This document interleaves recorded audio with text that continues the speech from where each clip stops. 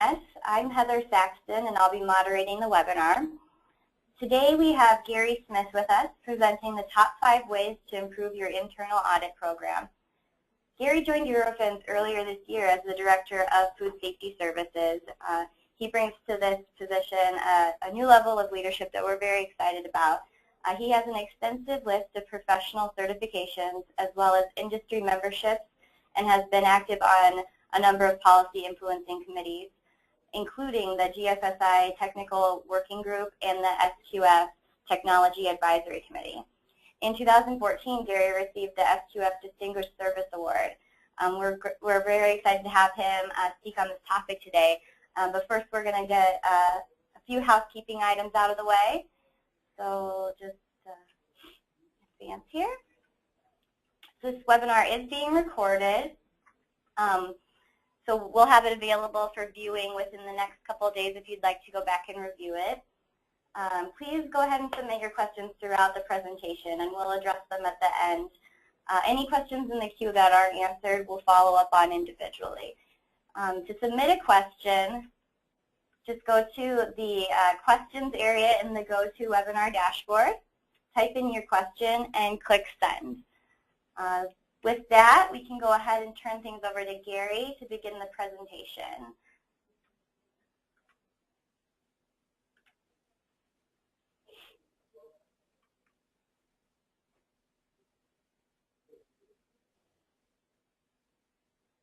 Well, thanks, Heather.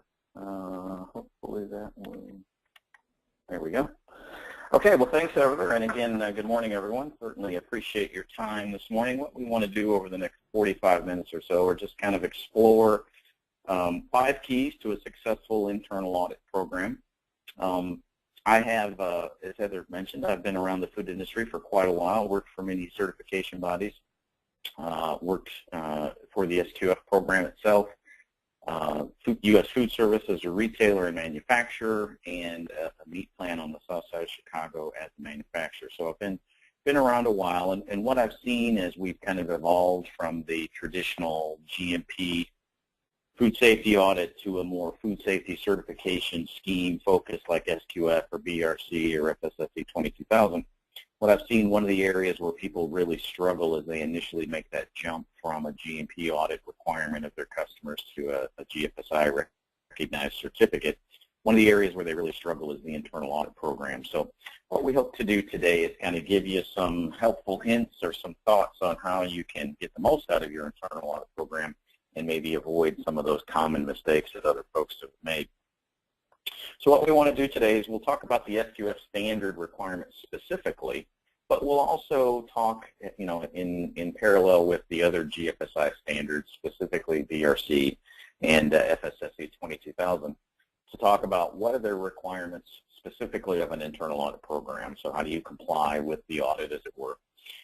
Then we'll talk about, from the SQF audit, what are the most common nonconformances, both majors and minors, that people struggle with on their internal audit programs. And again, it's mainly focused on that leap from the internal audit program to, from GMP audits to the internal audit program for certification. Talk about the keys to a successful program, and then, those top challenges that we see and ways to overcome those.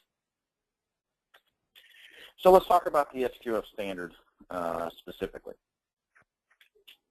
Now, I'll get into the more specific, practical requirements as far as what this means in just a minute. But basically what the standard says, right, from item 2, module 2, item 2.5.7, methods and responsibilities, so we'll talk about that, for a schedule, conducting the audits for the entire facility, prerequisite programs, food safety plans. Now, obviously, this is level 3 for those folks who know SQF, because this is asking about food quality plans as well.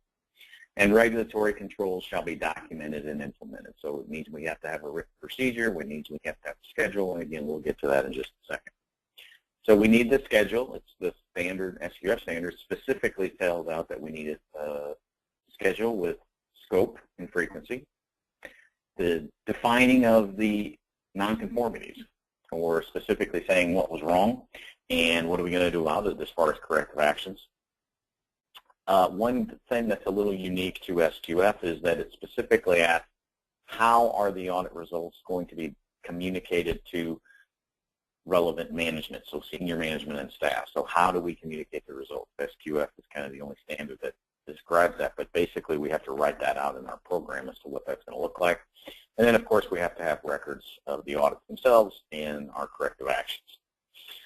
Another thing that is pretty common across all the standards is staff conducting internal audits must be trained in the internal audit procedure. So we'll talk more about that in just a second. So of all of the GFSI food safety scheme requirements, and again here we're talking about BRC, we're talking about FSSC 22000, we're talking about IFS, and we're talking about SQF. What do they have in common? Well, as we said, as we saw in the criteria, we have to have a schedule of activity. That could be as simple as we're going to do, one section of the program every month. That could be, within this month, these are the internal audit activities that occur, and round that out, basically for the entire year to capture the entire internal audit program total schedule of events. So it needs to be fairly specific to describe exactly what the activities are going to be, obviously, and how you comply with whichever standard it is you're going after. Responsibility of the program. Who's the facilitator? Who's the go-to person? Is it a senior manager? Is it a QA manager? Is it a practitioner? Who is the person who kind of manages the program and is responsible for ensuring that it is complete? What type of checklist are we going to use? What type of inspection methods? Are we using a full systems audit? Are we doing GMP inspections? What are we doing? It has to be defined. Must include basically what we call our HACCP system, or our food safety management system must cover HACCP. We talk a little bit about the training of the auditors, and again, basically what that means is at least the person responsible for the program must have internal auditor training. Now this webinar unfortunately won't satisfy internal auditor training, but there are classes, and we'll talk about many folks offer them. Eurofins certainly does as well now, and at least one person on the audit team must have some internal auditor training, and then that person must come back and train each of the audit team members on their internal audit program, the checklist, etc. Independence of the auditor. Now, some of the schemes are pretty specific, and they say, the auditor has to be independent of the area that they're auditing. Others, like SQF, say where possible, but it's a nice recommendation, but it's not a requirement. So, as we'll talk about a little bit later on, bias can be an issue, and you wouldn't ask a production person to go in and audit the production area. You wouldn't ask QA to necessarily go in and audit the QA area. So, how do we gain that independence in a plant? Sometimes it can be a challenge, but each of the schemes talk about the independence of the auditor specifically. Obviously, we have to have records of the audits that are conducted. We have to identify nonconformities. When we find issues, they have to be written out. We have to have some level of corrective action management, and we have to have verification that the corrective actions have been taken. So these are the common themes that are prevalent in all GFSI food safety certification audits. So this is what, for all internal audit programs of those standards, this is what is required. Now specifically, you might say, well, where are they a little bit unique? BRC and SQF talk about it must include the prerequisite programs, the entire facility, and equipment inspections. FSSC 22000, for example, just says it has to cover the HACCP program. It doesn't say it has to cover anything else. But certainly, SQF, BRC require that the entire facility, which is what should happen, the entire facility should be included in those internal audit programs as well as the prerequisite programs. Audit frequency based on risk. Now that can be a little bit challenging, and that can be a little bit complicated to understand. But basically what that is saying is that depending on, let's say you've got two shifts, first shift versus second shift, where are your struggles, where are your challenges? Do you spend all your time on first shift? Do you spend, no time on second shift? That's what we see sometimes, even though many of the problems, non-conforming product, et cetera, comes from second shift, but we're not spending any time auditing on second shift. That's focused on there. The last bit there, for BRC and SQF, they talk about that the entire program must be completed at least annually. So the entire system, plus pieces of the facility and equipment inspections, must be done at least annually. Now, specifically with SQF, at level 3, we must include the food quality plan in addition to the HACCP plan. And as we said earlier, the audit results must be communicated to senior management. For BRC standards specifically states that the inspections must have some component of inspections of those facility and equipment inspections must be done at least every month. Now, all the other standards basically say you have to make a schedule, but that schedule is kind of depending upon you, but obviously the schedule is based on risk. BRC takes it one step further and says, you know, our schedule is based on risk, but regardless of the risk, we're going to ask that you do some level of inspection of the facility at least monthly in those open product areas like food processing areas, obviously, food handling areas. Storage, not so much, but in those open processing areas based on risk. Okay, so now back to the SQF audit. And what have we found over the last 12 months that people are struggling with their internal audit programs? No schedule of internal audits. So a lot of times they don't have a schedule. And I will tell you in talking with many quality managers, SQF practitioners, where they do have struggles with their internal audit program, to be honest, they have a hard time understanding what's the difference between my job as QA manager, QA practitioner, SQF practitioner versus internal auditor, because I audit all the time when I'm doing my job, so what's the difference? So having to understand, when you're doing your job as practitioner versus when you're doing your job as auditor and how to separate those two, that's really a key success point in an internal audit program and in understanding, wearing different hats and those differences.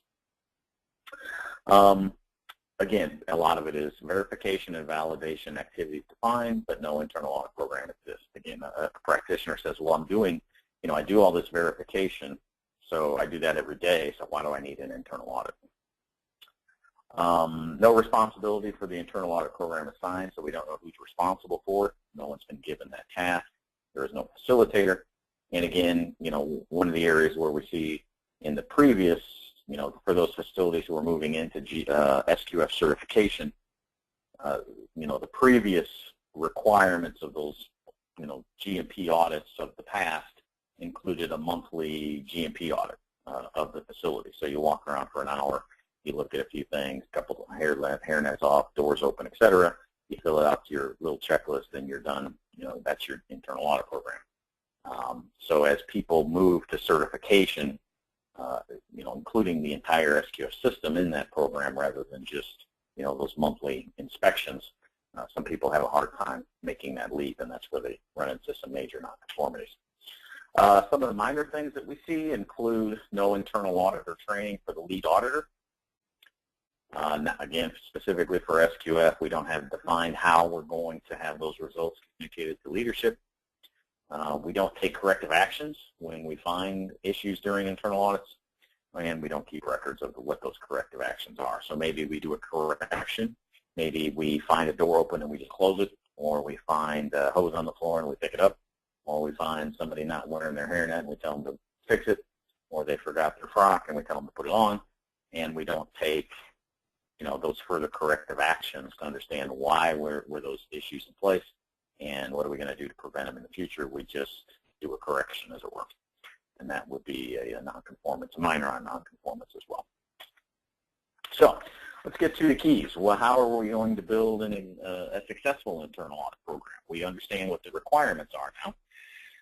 So the first thing is, what I hear from a lot of folks who struggle with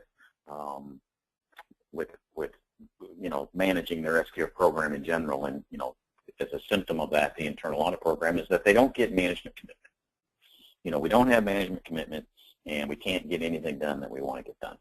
Well, my advice to those people is always, what have you done to earn your management commitment? By that I mean, have you sat down with them and described that this is our SQF program, this is our internal audit program, and this internal audit program can work for you in production as a site manager, as a leader in the organization. It can help you describe and define and monitor a lot of the goals and tasks that you're trying to get done.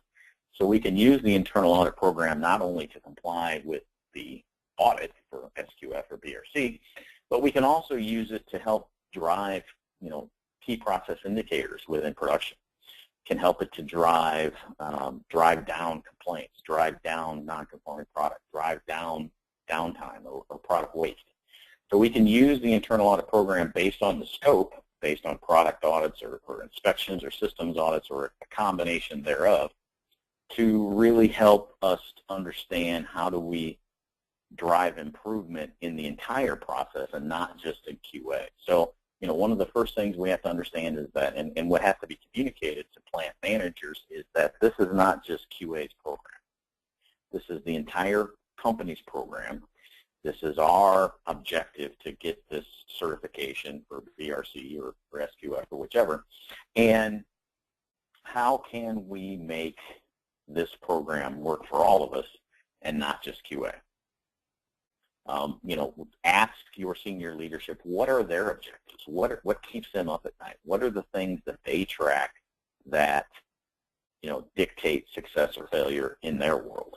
And then you can build an internal audit program with different types of audit strategies to help monitor and meet and drive down some of those, again, KPIs that is in their world, as well as some of the quality features that we're looking for from the food safety internal audit program as well, and build the schedule to match, the achievement of those objectives. So, for example, what do you want to accomplish from your internal audit program? So, some of the objectives, some of the common ones. Obviously, the first thing is we want to pass, whatever audit it is we're signed up for.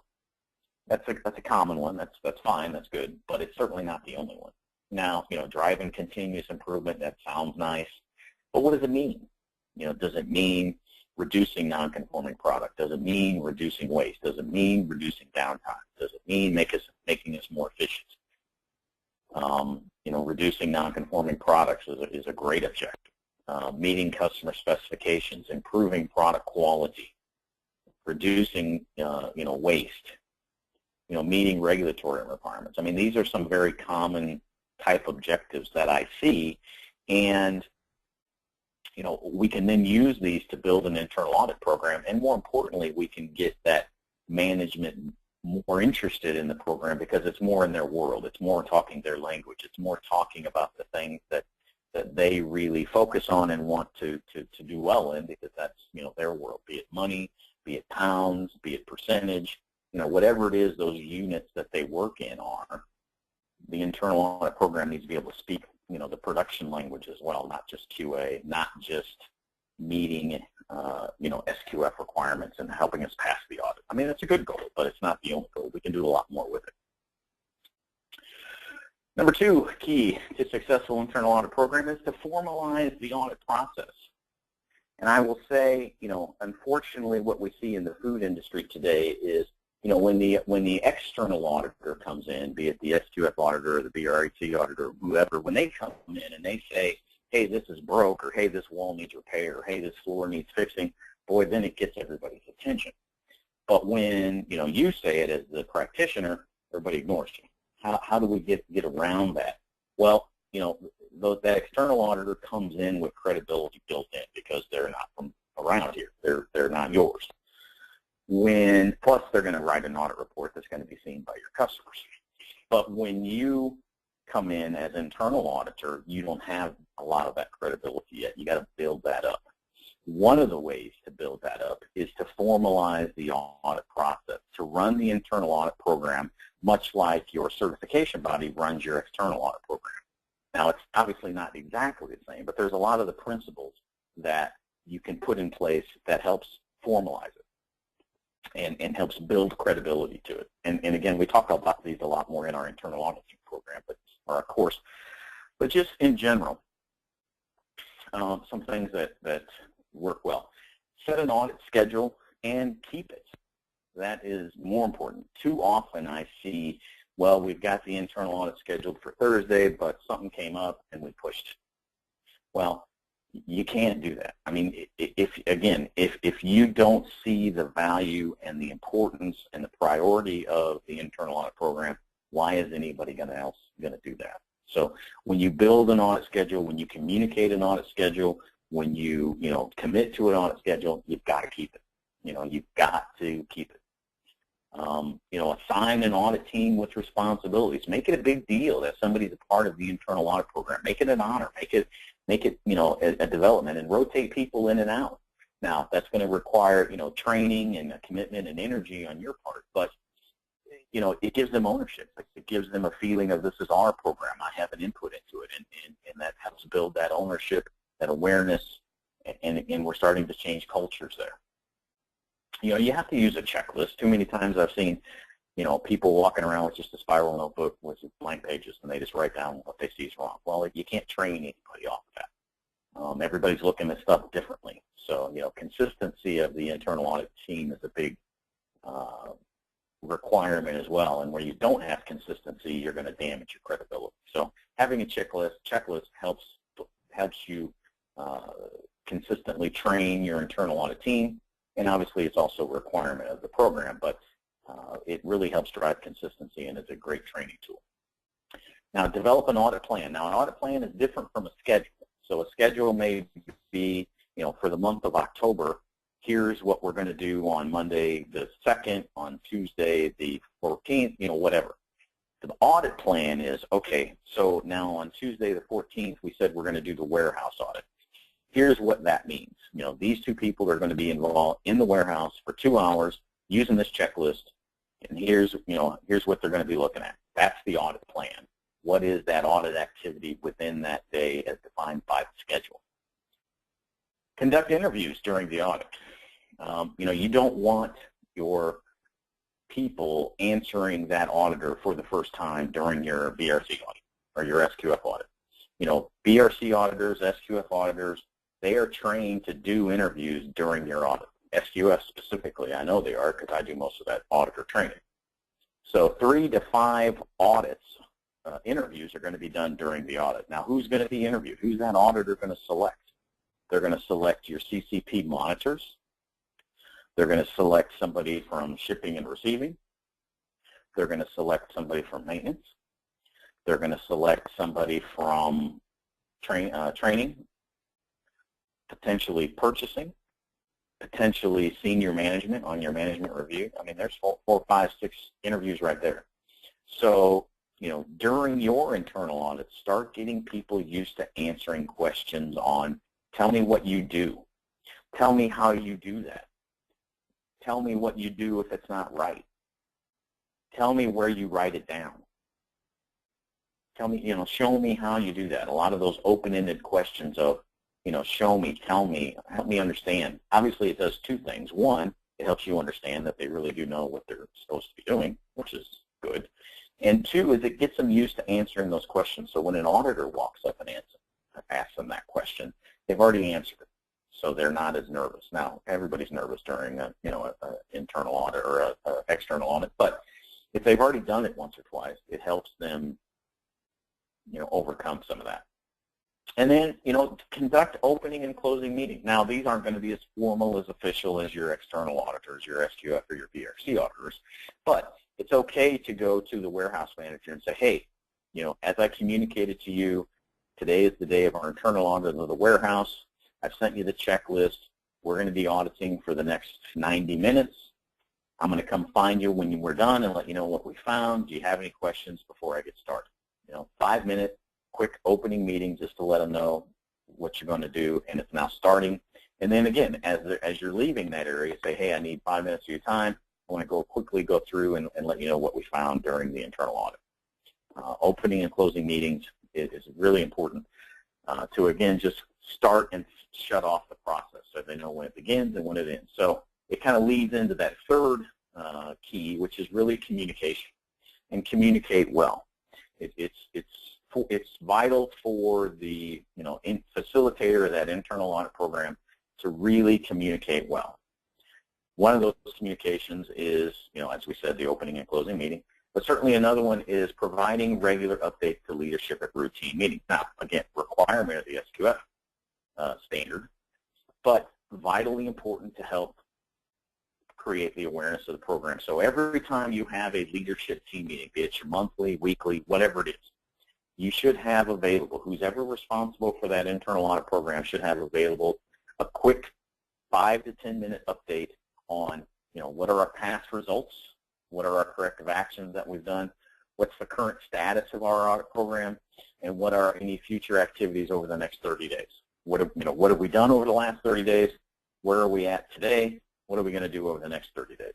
This should be routine, quick, concise, again, 3-5 minutes max, just to always keep front of mind, this is where we're at, this is where we've been, this is where we're going. Vitally important to always communicate, keep that awareness going. Again, we talked about the audit plan and checklist to that department manager at least 1 week prior to the audit. Let them know that you're coming in, this is when you go into production, when you go into maintenance, when you go into the warehouse, when you go into HR, whomever you're going and auditing, you're purchasing for your approved supplier audit of your approved supplier program. Again, it formalizes that process, it drives awareness, it keeps people understanding that, now we're on the internal audit, and it keeps it front of mind. Take pictures. Obviously something we don't do on external audits for confidentiality reasons, but certainly for internal audits, taking pictures is always a great idea. It's a great training tool of what's good and what's not good, and it's kind of hard to dispute when somebody says, I don't agree with this finding on your internal audit, and you pull up your iPad or your iPhone or your camera and you say, well, here's what it looked like. The door was open and here it was. Or the floor looked like this, or the table was this way, or whatever. With a picture, it's kind of hard to debate that. So, take pictures, great training, a good record of what we had and what we either want to do again because it went well, or what we want to fix. And it's also a good verification of a nonconformance as well. A picture to say this has now been corrected. That's a good record of a verification of a nonconformance as well. Lastly, I would say provide your audit results in a timely manner. You expect your external audit report results within 5 days, 7 days. An audit result 60 days from when it was done is worthless. It could be the best audit report in the world, doesn't matter. If it's 30 days old, nobody cares. So, again, credibility. How you maintain credibility of your internal audit program, one of those ways is to communicate well and communicate in a timely manner. Set an internal requirement that says, when an internal audit is done, within 5 days, we have to have the audit results available, written out, and communicated to all those on the leadership team. And monitor that and make sure you stick to that. Because, again, all that's going to do is add credibility to your program as opposed to, 30 days, 60 days later, nobody cares. Manage the internal audit as it is its own program. Again, this is where some people really struggle. As practitioners say, I don't understand what the difference is between my job as practitioner and this internal audit. I do all this stuff every day. What's the difference? Well, there is a big difference. Hopefully I've described some of those things to you, but we have to have a procedure on how it is we manage the program, who's involved, what's our schedule, what's our checklist, what's our procedures for corrective actions, etc. Again, we talked about training of the lead. We talked about training of the audit team members. What does that look like? Who's included in that audit team? And I will say, the more that we can get people involved in that audit team process, the more successful your internal audit's going to be. You don't need somebody really technical to hold a checklist and say, is everybody washing their hands when they come out of the bathroom? Or are they putting their frock on when they, come back from lunch? Maintenance can do that, production can do that, warehouse people can do that, office people can do that. So the more people you get involved, yes, it's harder because it's more training and it's more, it's kind of like herding cats sometimes, but it's worth it in the end because you create awareness, you create ownership, people see it as their program, they're involved in it, they have skin in the game, as it were, and it's not just QA, running out and telling people everything that they're doing wrong. And then the last key I would say is use your corrective action management program for all of your internal audit findings. Now, the key is understanding, capture as well as then analysis. So capture is critical, but you don't have to analyze everything to death. You do need an internal log of all of your nonconformities. Now, this can be nonconformities found from your internal audit. This could be nonconformities found during normal business practices. So, you have nonconforming products. You need to put that on your, internal nonconformance log. You have, customer complaints. You need to put that on your internal nonconformance program. You have an SOP violation. You have a check that was supposed to have, a QA check that was supposed to happen that didn't. You have equipment that goes out of calibration. You have, whatever those things that aren't going according to plan, whatever those are, we need to, keep a capture of that, understand that. When we find recurring issues from results of the internal audit or from, equipment breakdowns or, SOPs not being followed or training not understood or whatever, then we need to take the next step and say, okay, let's ask ourselves why. Let's do that root cause analysis. Now, again, you don't root cause analysis everything to death.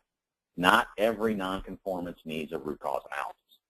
But those that are reoccurring, those that have high risk, those that have high impact on the product or the process, you need the time to go through the root cause analysis. Now, root cause analysis in itself is a whole, 2-day class. So to do it well, you really have to understand it. But one of the critical parts of root cause analysis is getting other people involved. The SQF practitioner or the QA manager can't do root cause analysis by themselves. You have to get people involved from those other departments. Whichever department the issue was in has to be included. They have to, be able to give you the understand, in some of the basic ways of root cause analysis. One of the most simple ones is just simply what's called the 5 why process. So just continue to ask, why is this happening until we find a good reason. There are others. There's fish bones, and there's cause and effect diagrams, and there's all these other strategies to effect. But, the key is understanding when to use it and when not to. When to use it can really help you to drive continuous improvement. When not to is if you use it for everything and then you just get bogged down in corrective action management, you never get it done. So you need a good balance between those two. But the key is to write out, ahead of time within your SOP, when are we going to use root cause analysis and when are we not? But some of those items on your internal corrective action management plan or your internal nonconformity log, including in your internal audit results, any regulatory actions, non-conforming product, any customer visits that they raise issues or find concerns, or potentially maybe customer complaints that are focused on the process or the product. These are all things that can be or should be included in your internal non-conformance log, which then drives and feeds into your corrective action management program. Again, another really big difference between those folks, those requirements of a GMP audit program versus a GFSI food safety certification. That whole corrective action management and the difference between corrections and corrective actions and preventive actions really help drive that continuous improvement. So now we can take that, we want to continuously improve, which sounds great to everybody, but nobody knows what it means. Now we can put some actual teeth to that and say, here's how we continuously improve by using our corrective action management plan and by doing root cause analysis in these issues and these situations where it dictates and verifying these actions that we're taking. This is how we're continuously improving. So it actually gives you some teeth to that. We'd like to get better. Well, everybody likes better, but how do we do that? And this helps us define that a little bit more. And again, getting your senior management team to understand when do we do corrective action, when do we not participate in it, when do we do root cause analysis, when do we not participate in it, verification of nonconformities. If we have to, not meet a nonconformance timeline, we all agree to it. We all, define what the new plan is going to be. That's critical, and again, part of that good communication. So some of the benefits of a strong internal audit program, well, as we said, drive continuous improvement. If done properly, it will do that without having to say it's doing it. So just through the results, through the communication, through the corrective action management, you're going to drive continuous improvement.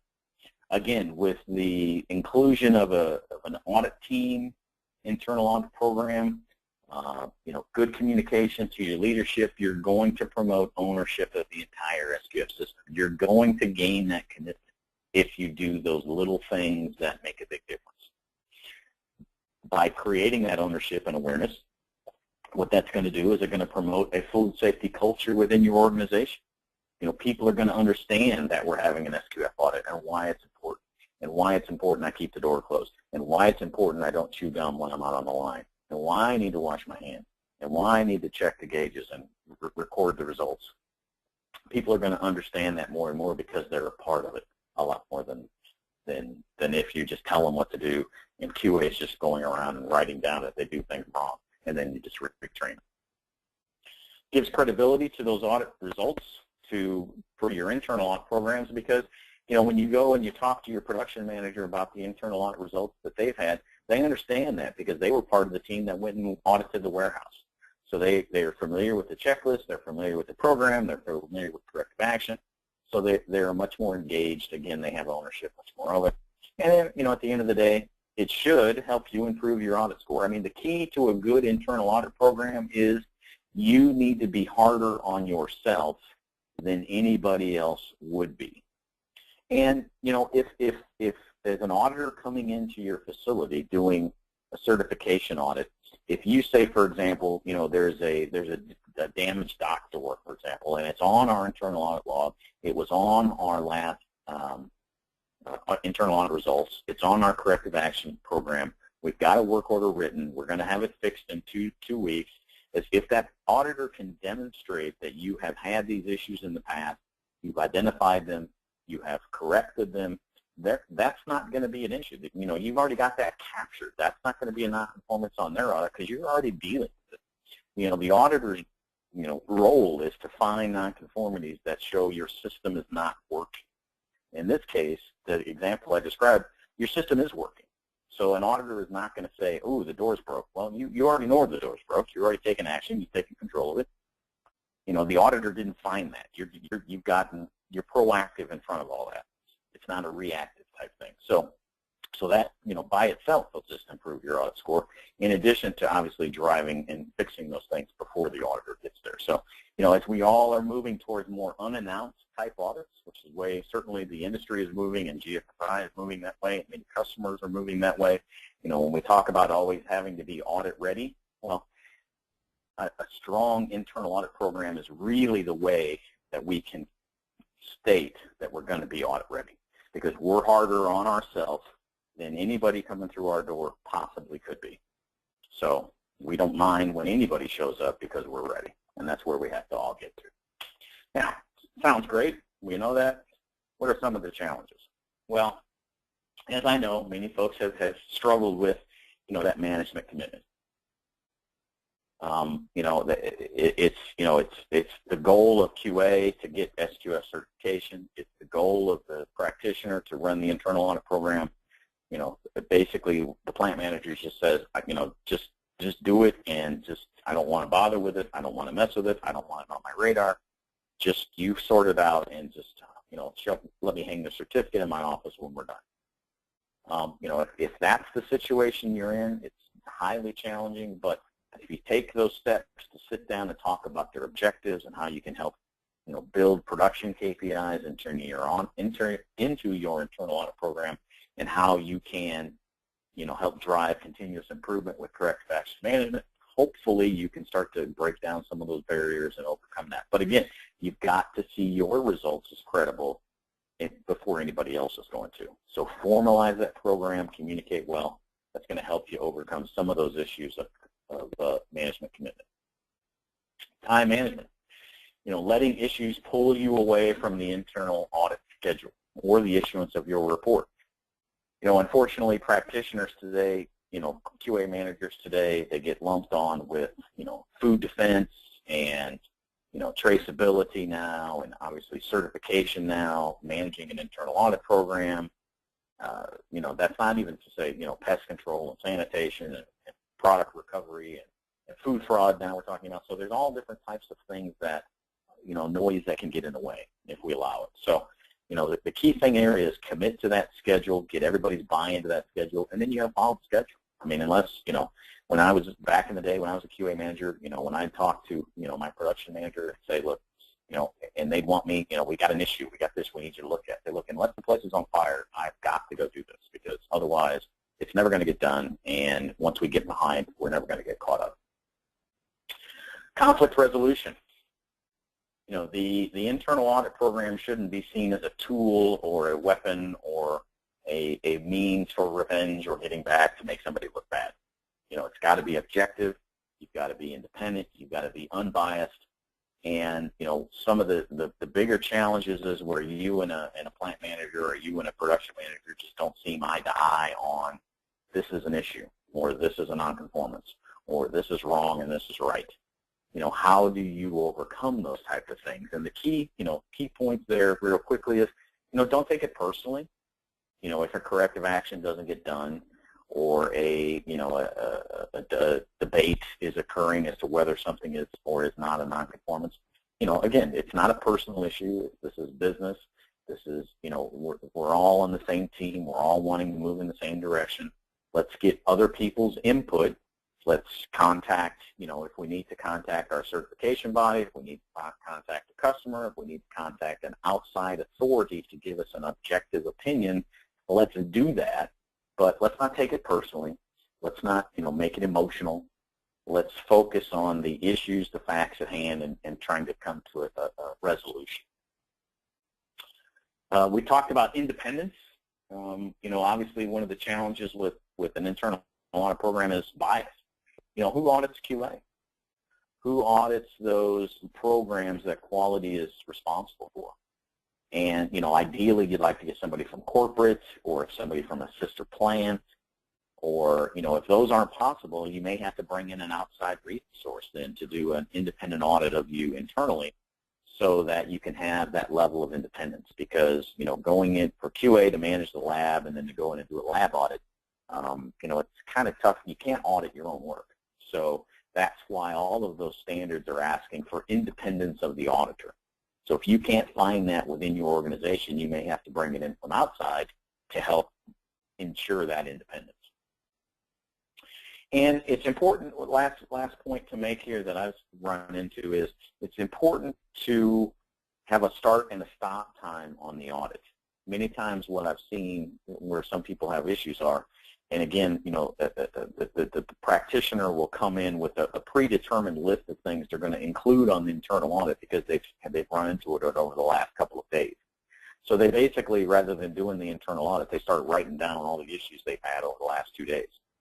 Well, obviously that has nothing to do, that's part of your job as practitioner. That's not the audit capture process. So, that's why you have an audit plan, you have an audit start, and you have an audit stop time. And those are the times to where you find issues and make observations against the internal audit program. Anything before that and anything after that is part of your job as practitioner, or part of your job as QA manager. So you can't come into the internal audit with a predetermined list of everything I'm going to write down because of the things I've seen previously, or things that aren't working, or things people are ignoring me. Just because it goes on the internal audit result, it shouldn't have any less or more importance than anything else. Many times I've had, managers hand me a little list at the beginning of the audit and said, hey, can you make sure this gets included in your report? And I'll say, well, they'll say, they'll only pay attention to it if it's in your report. I bring it up and everybody ignores me. Well, obviously that's a huge red flag for me on management commitment and management responsibility, those types of things. So, I always politely decline and say, no, thank you. If it's an issue, I'll find it. So, the fact we don't want any less or more importance on something because it's on the internal audit program or an external audit program for that matter. So we've got to, not come in with an agenda, start time and stop time with our audit results. So that's basically, real quickly, what I see as top keys for internal audit results and internal audit programs. Just a quick word about Eurofins. We have food safety services. As probably as many of you know, Eurofins is a very large food analytical testing laboratory that does great work for the food industry on testing of product. And we have really gotten much more active recently on the food safety service side of the business, so those non-testing food safety activities. So training, which I'll talk about in just a minute. Consulting, we now do on-site gap analysis, HACCP plan facilitation, program review, allergen program review and validation, product specification building. Of course, we have an auditing group as well. We've had that for a while, and we're looking to expand that significantly. First and second party audits, GMP audits, distribution center, safe feed, safe food. We also do GFSI recognized certification audits, currently do SQF. We're going to be adding shortly the FSSC 22000 as well as IFS and BRC as well. So full service provider for all food safety services in addition to testing. And if you're interested in more of our training activities over the next few months, we've got HACCP, we've got implementing SQF systems, we've got an internal food safety auditor class, which certainly would satisfy the requirement of the BRC and SQF audits. We're also doing an internal food safety auditor training course at the SQF conference on October 27th. We're basically going to do that as a repeat in Chicago, November 5th and 6th. And then we also have an advanced practitioner class in November in Baltimore. Now, we're currently building out our 2015 schedule. So there's a eurofinsus.com website, and more information about our 2015 training schedule can be found there as well. So we are just finalizing that, and that should be ready by the end of next week. So lastly, there are my contact details. Please feel free, and I think as Heather had mentioned, we'll be happy to collect your questions. I see the question bar flashing, so I hope that means we have a few. And we've got a few minutes that we'll be being able to go through and answer your questions, and then we can, those that we don't get to, we'll follow up with emails to you and hopefully get you some information and follow up with you on other additional questions on services or anything like that that you may have. So with that, Heather, I'll go ahead and pass it back over to you, if that's okay. Yes, thank you, Gary. We do have a couple questions that we can go over. First, we have a question, shouldn't previous issues be reviewed to determine effectiveness of corrective action? So, yeah, well, verification of corrective action. Absolutely, as part of the internal audit program, a section of the internal audit program is definitely reviewing the corrective actions. So verification of corrective action, and again, we can do that by photos, we can do that by observation, but a part of any internal audit process should include, have we taken care of what we had identified previously? So that should be, one of those questions on the checklist of, have we gone ahead and taken those corrective actions and committed to those time and met those time frames that we had committed to previously? And again, a record of that could be a picture, could be a physical observation, filling out a checklist, et cetera, or something like that. Okay, great, thank you. Next, how would you recommend encouraging employees to participate in the internal audit program? And how much of a time commitment is it? Well, that's a great question. Again, where you can make it a, I hate to say an honor, but really as a coveted post or obviously some of the ways to do it is management commitment. Build it into people's objectives. I mean, certainly love to have a production manager or a maintenance manager or warehouse manager. Part of their objectives is that they'll participate, be an active participant in the internal audit program, or at least nominate a person to be a part of the internal audit program. And the key is it doesn't need to be a big time commitment. I mean, really, we can have, you could have somebody assigned to do a 1 hour or 2 hour inspection part of the internal audit program, once or twice a year. So, really, we're talking about, less than 4 hour time commitment over the period of a year.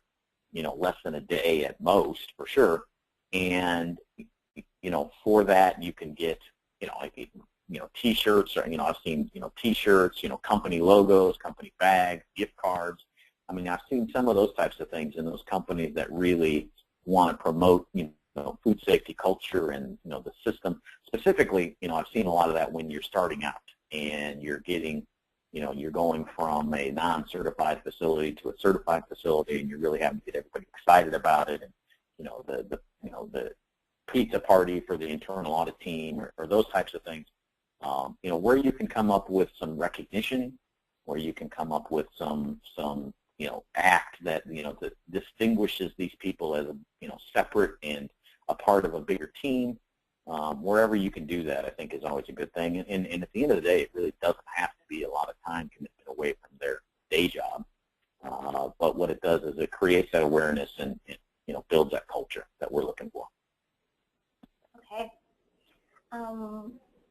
You talked a little bit about management. So for the management review, what specific role does senior management and the QA manager play? And as a follow-up, what is required for the GFSI scheme? Okay. It's going to depend a lot on your plant leader, your plant manager, whoever that person is who's kind of in charge of the facility, your go-to person. Sometimes they may want to play an active role, and they want to sit down and review customer complaints, and they may want to review results of internal audit findings. Generally, what I see is it's the practitioner's job, or the QA manager's job within the facility, to kind of prepare that annual management review. And in that, you're covering things like results of customer complaints, results of internal audits, results of QA monitoring, results of production KPI monitoring, ideas for continuous improvement. So you pull together a 45, 50-minute PowerPoint presentation, essentially, on kind of a State of the Union kind of presentation. This is what's happened over the last 12 months. Here's what's gone well. Here's where we've struggled. Here's what we want to do going forward over the next 12 months. And you kind of present that to that senior leader, and you get their commitment and their buy-in and their support of that plan. And then you come out of that with minutes of, well, here's what we've decided, here's what we reviewed, here's what we're going to do. And that will satisfy, all of the GFSI management commitment requirements of management review. I think everybody understands we don't expect the senior manager to sit down and pull all this information together. That's not going to happen. So, we kind of feed it to them in a way through a 1 hour a year presentation on, here's kind of the state of our food safety QA BRC SQF system, and we should tie into that. Here's what we want to see happen over the next 12 months for continuous improvement. And that shouldn't just focus on QA and food safety. That could focus on, we want to, change out a line. We want to, repair this part of the plant. We want to expand. We want, whatever. We want to add people. We want to add a new position. We want to add new technology. All those areas of continuous improvement also include, how do we want to improve over the next 12 months from an equipment, technology, people, facility standpoint? Okay, thank you. We have just one more question, and then we'll start to wrap things up. Gary, do you recommend any audit software?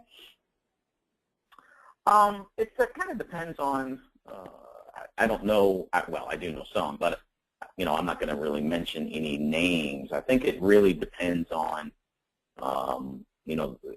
the level of complexity that the facility wants to take their internal audit program. I mean, do you have to have a software system to help you manage it? Absolutely not. Is it nice? Sure. Doesn't, but it's not required. There are corrective action management systems out there. There are audit software systems out there, audit capture software systems out there. Those are nice, but they're certainly not required. A lot of this can be done manually. A lot of it can be done through other management systems that you may have in place, like specification management, or purchasing specs, or anything like that. Sometimes potentially you may be able to do some things through that, but a lot of times just Excel spreadsheets are satisfactory as well. So you don't have to have one at all. It's nice, but it's much more important if you've got money to spend, say, on technology. I'd rather make sure that it's focused on maybe a recognition for the internal audit team, so that you make them feel special and like they're a part of something big, and that you really appreciate the time and you really appreciate their input, rather than spending money on an audit corrective action management system. I mean, that's a nice to have, but the key point is getting that activity and seeing it to fruition. That's what's critical. Great. Thanks so much. We'll just, at this time, just remind everyone that the webinar has been recorded. We'll have that available within the next few days. One thing that came up was a question about whether or not we'll be sending a copy of the slides. We will send a PDF of the slides along with the recording via email. Again, if you have any other questions or if we didn't get to your question on the call today, you can contact us on the contact information showing, and we'll reach out to anybody who didn't get their question answered.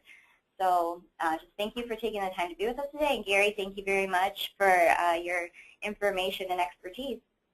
Great. Thanks, Heather. And thanks, everyone. Thanks for your time today. Thank you.